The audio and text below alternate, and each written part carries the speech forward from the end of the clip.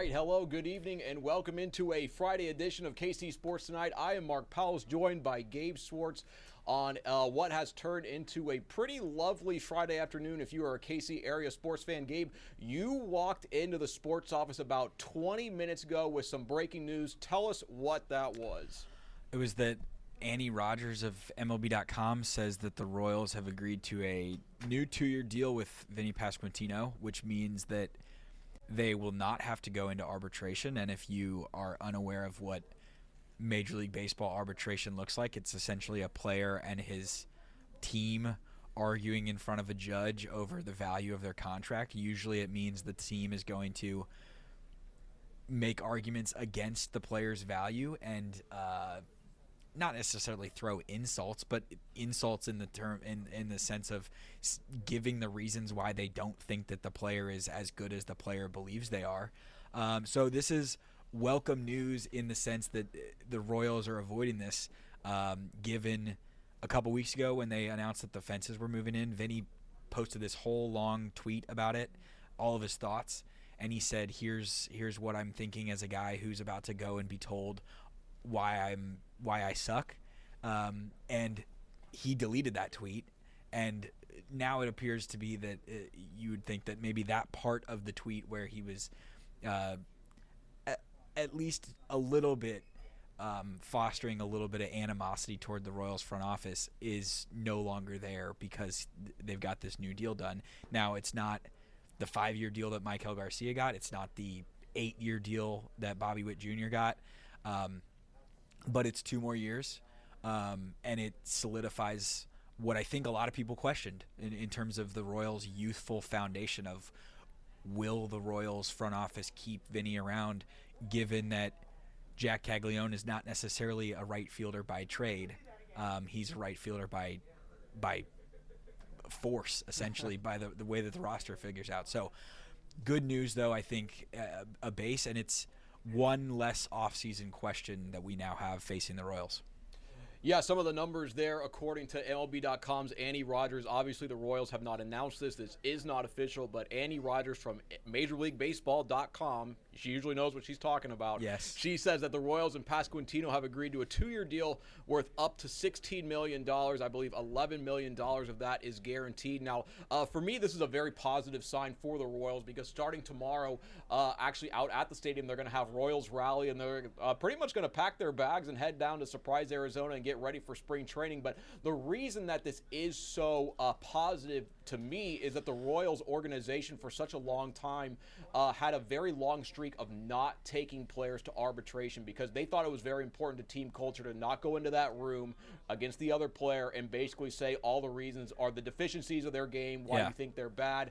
Obviously, the Royals, they have taken a couple players to arbitration in recent years, so that streak is not undefeated as it once was. But this is a guy, obviously, I don't think the Royals wanted to go into that room because this is a guy, Vinny Pasquantino, that I really think they do view as a core member of this team. Now, Gabe, you were talking about that 2-year deal. I do kind of wonder, I think Vinny Pasquantino would be open to a longer-term extension with the Kansas City Royals. I mean, something that has always stood out to me was on Bobby Witt Jr.'s 25th birthday. They were at Vinny, we were doing a story on Bobby turning 25. We asked him about Bobby, kind of being a franchise icon, franchise superstar at 25 years old. Excuse me, a pillar, really, a pillar of the team.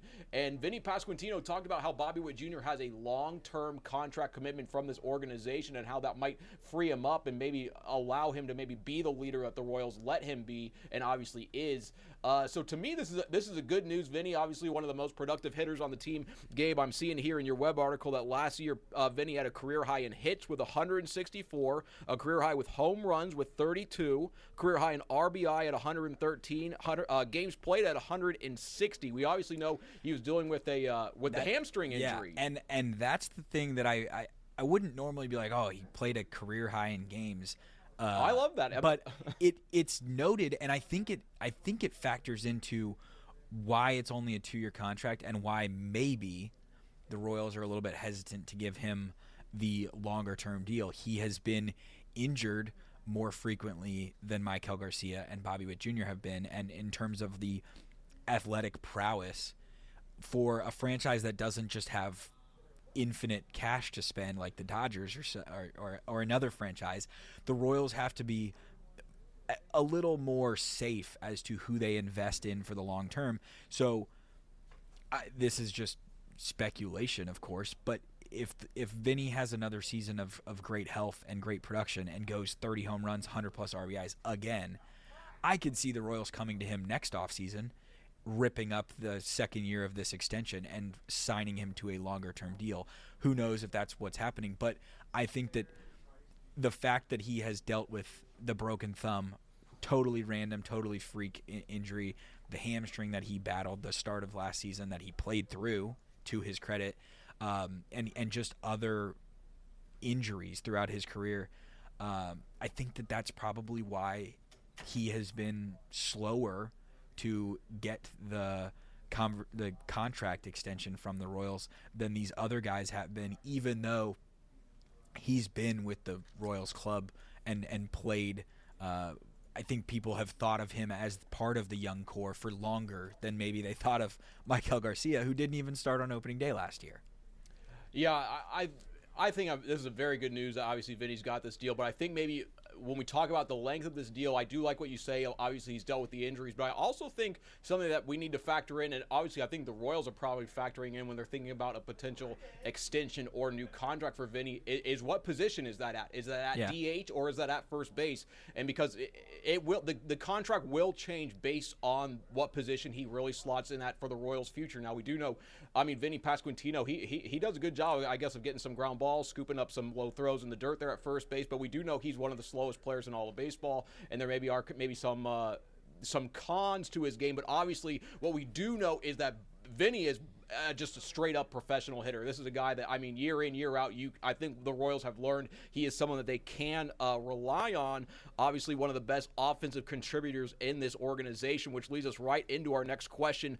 As we look at the Royals and at the upcoming season, there's no doubt about it. This team is going to be looking for some offense. Obviously, right now, Gabe, we know the Royals have a glut of pitchers, especially starting pitchers. I was just pulling up the 40-man roster. It looks like there's maybe 6, 7, 8 guys that could compete for a spot in that rotation. So this kind of, I know you're a Royals fan. I know you're always kind of checking in on this. Do you think the Royals, before spring training is done, will they try to kick the tires on maybe moving one of these pitchers for a bat? Because I think they will. I think it makes sense to. I mean, if you're just going through the 40-man roster, so Cole Reagans has a spot in the rotation. Michael Wacha has a spot in the rotation. Seth Lugo has a spot in the rotation. Chris Bubich, but he's a guy who they're in the arbitration phase with. They haven't signed him to an extension. And to the point that you just made about organization philosophy-wise, they don't believe in going to arbitration with guys very often. That, to me, indicates that they're at least not as sold on him as a long-term candidate, and maybe that's wrong, and maybe they'll come to an agreement just like they did with Pasquantino. But you also have Noah Cameron. You also have Ryan Bergert, who showed great potential when he came over from the Padres last season in the Freddie Fermin trade. You also have Bailey Falter, who didn't have a lot of success with the Royals, but didn't have a lot of success because, in large part, he wasn't pitching in the role that he was familiar with, and it just didn't work out early on. But he's still a starting pitching candidate. They've got all of these different guys. So I don't know. There's more bodies than there are chairs, and if there's musical chairs for the starting pitching rotation, I think you have to be willing to turn a strength into help at a different roster spot that has maybe more of a deficiency. And we know that the Royals have had deficiencies at second base and at the corner outfield spots, or just the outfield spots in general. Kyle Isbell's a great defender. He hasn't been a great bat more often than other than just facing against right-handed pitchers. So all of that is to say, they have great starting pitching options. They have had great starting pitching development under Brian Sweeney as the pitching coach. I really, and you mentioned the hot stove part of this, things being a little slower, but things can still happen in February before spring training. Things can still happen in the couple days before spring training. It wouldn't surprise me. So Well, I think especially in recent MLB off seasons, we have seen. I want to say there are more deals maybe at the very, very beginning, right after the World Series, and now there are more deals and things happening at the very, very end. Yeah. And baseball, it's not a sport like football or even like basketball to a lesser extent, where it's not like you have to come in and necessarily teach them as much about a system, because so much of it is just about individual at bats. So I mean, in baseball, I feel like you can see the Royals trade. I mean, they always say that the currency of baseball is starting pitching, and the Royals have plenty of that. And just as Gabe said, there's maybe 8 guys for 5 spots. I don't think the Royals are going to be going into the second half of this season necessarily with 8 starting pitchers. Obviously, injuries always happen, but again, I just don't think that J.J. Picollo is going to necessarily overpay for something, and I think he's going to maybe wait. Obviously, since this has not happened yet, he's going to wait until someone has a severe need for starting pitching and then be able to make a trade, because then the Royals will be able to operate out of position of strength, and right now the Royals are operating purely out of position of weakness because the teams know they probably need to trade some of these pitchers, and the teams know also that the Royals are in need of some offense. But Gabe, you brought up a name there that I don't think maybe we've talked about this offseason, and it's maybe not, he's definitely not a star player, definitely not, I would say, among the Royals core, but you brought up Jonathan India. I'm kind of curious maybe to see if he will have a bounce back year with his second year in an organization, his second year in a new city, but also with those fences brought in. Do you kind of, where do you see Jonathan India maybe playing this year? Because I could see him playing more second base than I initially thought had they not moved the fences in. What do you think? I think that that's the key, is they abandoned the corner outfield Jonathan India experiment that they had gone with for the early portion of the season. Near the end of the year, he was pretty much exclusively playing second base, and that was without them having Michael Massey available. I think if Michael Massey is available and Jonathan India is available, until one of the two proves you otherwise, it's probably more of a platoon system at second base, and Massey gets to face righties and India faces lefties, and probably you lean toward India more often than not, given that Massey's coming off of a career down year. I thought a couple weeks ago when they were talking about moving the fences in and the reasoning for doing such, and guys adjusting to it and it getting into people's head, one of the names that I would have to think of that it got into was Jonathan India, of just the fly balls that are home runs at Great American Ballpark in Cincinnati that are not home runs at Kauffman Stadium. To some extent, that had an impact on him. So I think that that's one of the things that you can't expect it. Like you can't come into 2026 with the Royals and expect a result that they had similar to like Michael Garcia. I know Michael Garcia is younger than Jonathan India, but they weren't expecting him to be an all-star in 2025, and then he became an all-star.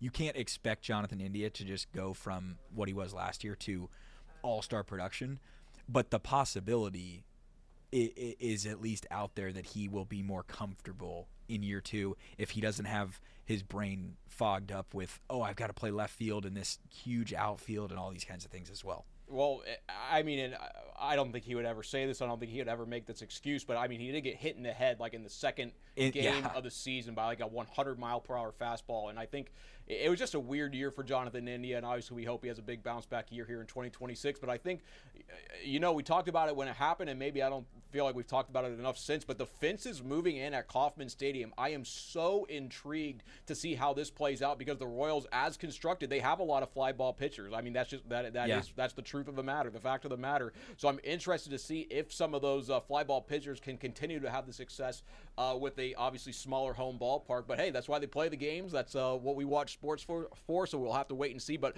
one thing before we get off the Royals point, tomorrow is Royals Rally, and guys, if you have never been to this event, I would highly recommend it. If you're a huge baseball fan, you can get so up close and personal with these players. I mean, you can be literally the last couple. I've covered this here 3-4 years in a row. You can stand within 3 feet of John Sherman. You can stand within 5 feet of Bobby Witt Jr. You can talk to Vinny Pasquantino. These are all things that can happen there at that Royals Rally. So go there, check it out. It's a lot of fun. If you love baseball, that's one of the very, very few opportunities where you can get as close to the players and truly interact with them. And you can see, I mean, there's like Q&A sessions. I mean, you will literally be 5-10 feet away. If you want to be, you can stand away further if you want, but you can get as close almost as you want to those guys. Very, very cool to see. And then also just kind of cool to see the human side of them. Like, they'll joke with you. They'll make little it's a good deal. You guys should go check that out. All right.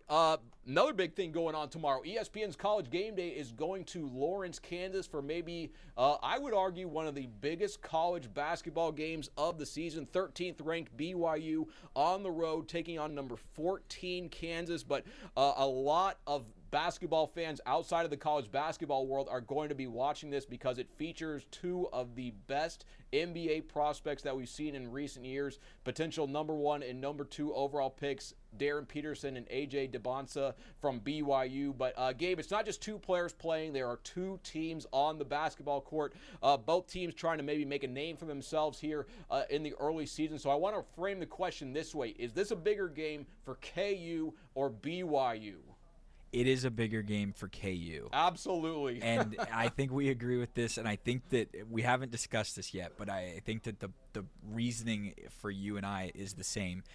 The next 5 games of KU's schedule is an absolute gauntlet. And you can say that Big 12 schedule for in general is an absolute gauntlet, and you can listen to the coaches across the league, and whether it's January or whether it's early January or mid-January or late January or early February or mid-February or late February, any of those little portions of 2-week spurts, some different coach in the Big 12 is going to complain or state, depending on their perspective and their mentality and their thought process and maybe their mental will again in the face of adversity, they're going to say our league is so tough. Look at our next couple games, and 4 of the next 5 for KU are against top 13 teams in the country based on this week's AP poll,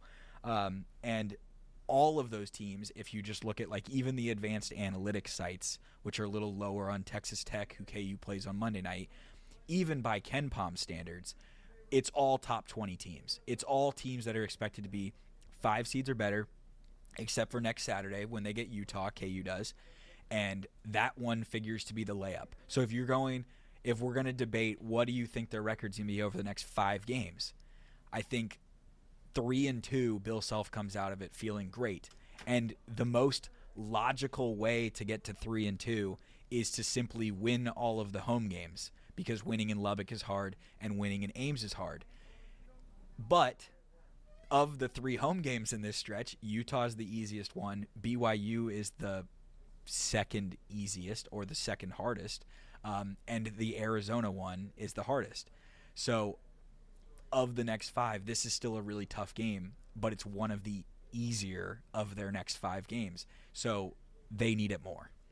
Yeah, certainly a big one for KU, but this is what sports is all about. If you can't take the heat, get out of the kitchen. I mean, this is what it is. Like, if you play sports to measure yourself against the best. In KU, they're going to take on number 13 BYU tomorrow. Then after that, as Gabe said, number 11 Texas Tech. Then they return home to take on the Utah Utes, not the best team in the world. After that, they take on number 1 Arizona, and then they go on the road to number 8 Iowa State, who KU humiliated at Allen Fieldhouse. I'm sure the Cyclones will want to get them back for that, but I'm just excited to see how KU responds to this stretch of basketball. Obviously, it's going to be very tough to play all of these games, but you got to look at the flip side. The other team is going to say, hey, guys, we're going up against maybe the guy that's going to be the projected number 1 overall pick in the draft. And something I like to hear about Darren Peterson recently is a lot of fans have maybe been looking at comparisons of who is Darren Peterson most like. And everyone's like, I remember after KU played Green Bay head coach Doug Gottlieb said that was the closest thing to Kobe Bryant that he'd ever seen. A lot of people trying to find that comparison. Bill Self the other day saying it was the closest thing he had seen to Kevin Durant. Gabe, that was not the comparison that I initially was going to think, but the more and more I watch the clips, the way that maybe he creates space, the way that he finds his jumper, the way that he finds his other teammates, the way that he passes especially. What do you think about the Durant comparison? I think that Bill Self in that was saying more of just being a freshman who looks like just an NBA player. It's an NBA player on a college basketball court, a guy who you could go take him down to Oklahoma City And I know that the Thunder are incredible. He would at least fit in on the court. He wouldn't look like a fish out of water in that game, even if he was playing in it this year. That's kind of the point that he was making. I really do think that this is – I said this to Neil last night in terms of Peterson and Debanza. It is one of the best freshman versus freshman games we will ever see. You more often than – and I don't know if they will live up to it in terms of the actual performances of tomorrow. Debanza was really bad Monday night against Arizona. He went 6 for 22, so he is capable of having bad games. We really haven't seen Peterson have bad games. We've just seen him have games that he could not finish playing. And the ankle injury, of course, is a question mark, so we'll see how it goes. But the other thing to watch out for tomorrow is ESPN, I'm sure, will be in on this. College Game Day will be in on this. They're saying 1,000th game in Allen Fieldhouse history.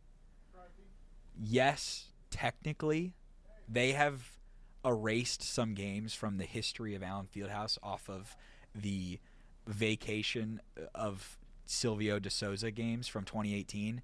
So there have been more than 1,000 games at Allen Fieldhouse. We're at like 1,000 and a couple.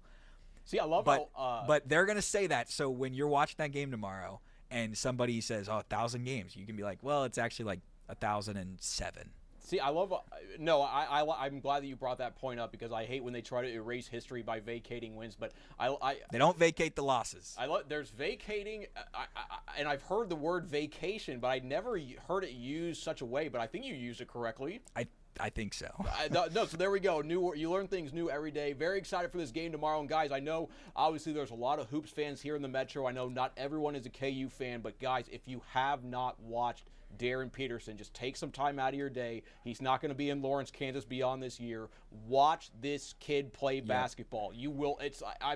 The way that he is able to score, the skill that he showcases, and the way that he makes basketball look easy, it's truly unbelievable. For me, this is a cross-sport comparison. Maybe not a lot of people have watched tennis, but when I watch tennis and you watch Roger Federer and you're like, boy, that guy is graceful. That guy looks like an angel. That guy makes this look easy. That's what Darren Peterson does to the game of basketball when he's on and when he's at 100%. Obviously dealing with that ankle injury and been dealing with the cramps, so we'll see how he does tomorrow against BYU. But the last time him and A.J. Debanza squared off, it was one for the ages at the high school level. Let's hope we get treated to that tomorrow out there in the magical venue of Allen Fieldhouse. But two more topics, about 7 minutes left. Gabe, I'll let you take the floor on this one. Missouri released some of their numbers from their first month of sports betting, and the numbers, at least to me, as a guy that does not bet, seem pretty eye-popping. Can you tell us a little bit about this? So the Missouri Gaming Commission, they shared their details on what December, their first month of legal sports betting. Legal sports betting came into play in Missouri on December 1st. In total, the Missouri Gaming Commission says $543 million was bet. Now, because that amount of gambling was done by sports bettors, you would assume that there was a certain amount more people lose than win, of course, but the Missouri Gaming Commission says that actually sportsbook operators still collectively lost $20.7 million, and that is because $125 million in free play was given out. So when you see all of those, bet $5 if you win, you get $300 in free bets. You get $300 in free bets to bet. Well, that amount of money essentially gets, because they're in the first month promotional phase, they're trying to attract new customers. Not all of that free play has been lost back to the casinos at this point. And so they were operating at a, based on total adjusted gross revenue, a loss for the month of December. That will change as these free bets stop getting handed out like candy to people, and once people have played and there's the new customer percentage goes down. But other interesting numbers, 25.6 million wagers, just simply the amount of times that a slip was created at a retail sports book, whether that's Circa or any of these others. And of those 25.6 million, 48,000 were done in person, which means 99.8% of sports bets in the state of Missouri were done on mobile devices. And I think that in terms of like the long-term repercussions of all of this and the responsible gambling and all of that, the access to mobile sports betting on phones and such, that is going to be the thing that I think we will all keep an eye on. It is just, there was a lot of invested in all of these in-person facilities. Will they actually get used at the level that it doesn't necessarily seem like compared to people just logging on their phones? And honestly, is that good for people to just at the whims of your phone be able to hop on and make bets? And then the last thing that I would say, I looked into the data, and I think there was $93 million wagered on FanDuel on parlays, and $59 million won, which means that the sportsbook made $34 million on FanDuel on people losing money on parlays. It is, and if you look at the data, the full report is on kctv5.com. If you want to go look at the data, every single sportsbook, their biggest, what they're making the most money off of is people losing on parlays. So if you want to be if you have any chance of winning, do not regularly bet parlays. Yeah, no, I think as sports betting has become more and more prevalent in American society, I think people have learned that parlays are maybe the number one way to lose your money. But I think, Gabe, the thing that really stood out to me is 25 million bets. So to me, that if we just do simple math there, that's almost 1 million bets a day there in the state of Missouri. And something that I'm also kind of intrigued about is maybe what's the impact on the states around them, because I want to say Missouri was the only state, all the bordering states around it, maybe except for one, had legalized sports betting. I know a lot of people were going from Missouri over to Kansas to bet. I know a lot of people were going from Missouri to Illinois to bet. I'm sure there were some people maybe going from Missouri up to Iowa to bet. But now, obviously, none of those people have to leave their home state and are going to be able to just bet here in Missouri. So, hey, Missouri, they legalize sports betting. We're going to see what happens with that, but the numbers are in. And it sounds like there are a lot of wagers going on there in the state of Missouri. We will continue to follow that here at KCTV5, as that is a developing and evolving issue that we will cover in the state, I'm sure, for many, many years to come. Now, I want to close out this one with a little fun story going on tonight at Municipal Auditorium. The Shawnee Mission East Lancers are taking on the Rockhurst Hawklets at the venue that's hosted, I believe, more Final Fours than any other venue in the United States, Municipal Auditorium. East is doing this because over the years this game has just become so big it could not fit out there at the high schools. Gabe, not a lot of time here, but two high schools booking out Municipal Auditorium for a basketball game, that's pretty cool. What do you think? It's awesome. That building has so much history in it. I did a story on the history of Municipal with Neil Jones last year, 2 years ago. Time flies. Who the great Neil when Jones. It happened. He covered basketball there when they had peach baskets. Yeah, exactly. He did. And there's been so many great games in there. It's cool that these young men are getting a chance to play out there. And I think that's one of the things that you love about high school basketball is these different venues that they get to play in. Same thing in college. And sharing a little bit of that Kansas City flavor with two local schools is great. No, going to be very exciting to go out there to Municipal Auditorium. One final note, though, I did hear James Naismith, Neil Jones was in his ear about the rules of basketball. Neil wanted to change some of those. What do you think about that? Neil wanted double dribbles to be legal. Yeah, and traveling. Neil's a big proponent of traveling. But, hey, guys, that's a look at KC Sports tonight here on this Friday night. We're going to have highlights of that game at Municipal Auditorium coming up tonight at 10. Also, Neil Jones has a cool feature on a former St. Thomas Aquinas Saint wrestler who went to Shawnee Mission Northwest, and now he is the #1 ranked wrestler in the state. We'll have that coming up tonight at 10. Until then, guys, take care.